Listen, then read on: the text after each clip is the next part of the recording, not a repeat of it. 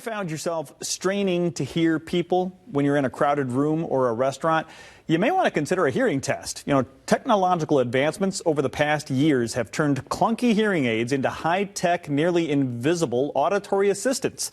Miracle-Ear is a leading company in the field, and Miracle-Ear owner Benjamin Norris joins us this morning to share more. Hi, Ben. How are you?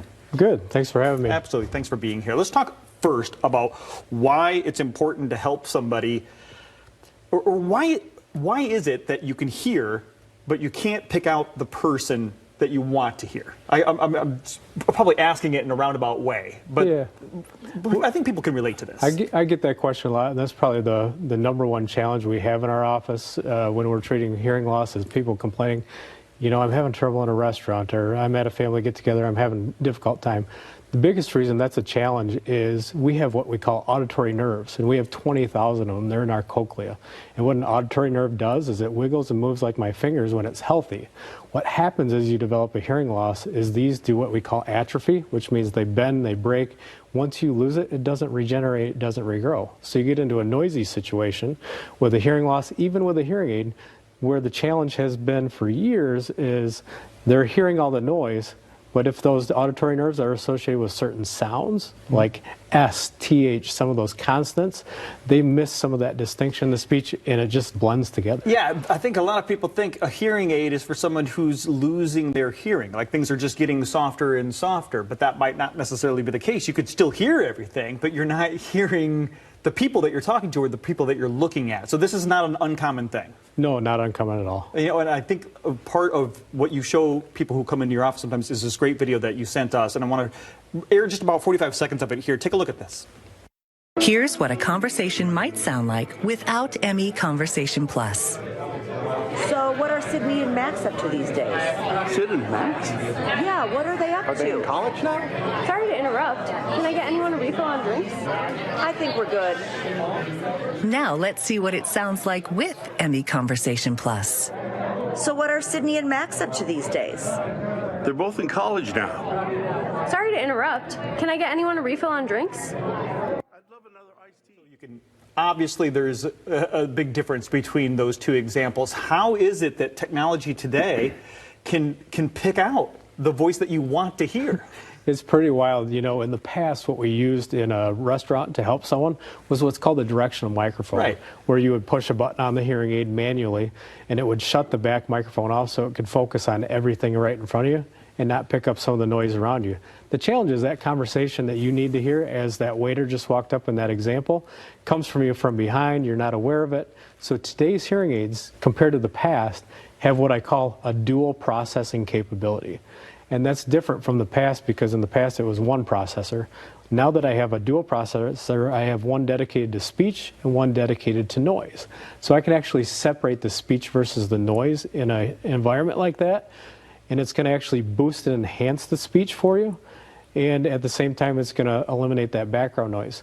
Not to say you're not aware of it, but it's separating the two, and it's actually refreshing. Both processors refresh 1,000 times per second, so it's adapting constantly the conversation in that environment. Yeah, when we're talking processors inside these tiny little devices, I mean, it's obvious that technology has advanced to where you can actually pick out the voice that you want to hear and not be surprised, not just shut off one area.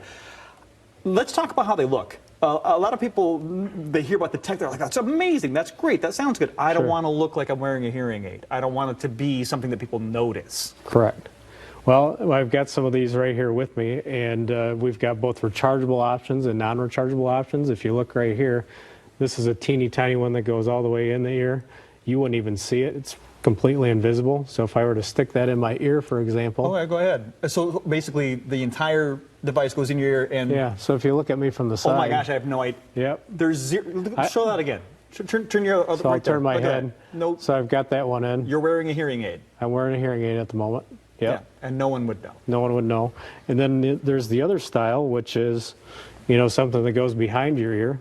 And these are pretty discreet. We've got a lot of people that are worried about what it looks like, but everyone wears glasses today. It just looks like you got... Oh my gosh, you wouldn't even notice that either. That's sticking right behind your ear. Yep. And so this does something with the bone, is that right?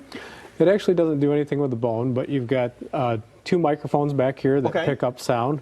And But that is part of when I paid a visit to you a Yes. few months ago, and you were talking about how auditory signals can be picked up through your bones as well. yeah, we a lot of times hear better through the bones of our skull than we do even through our ears. Hey, look, there's me going through the process right there.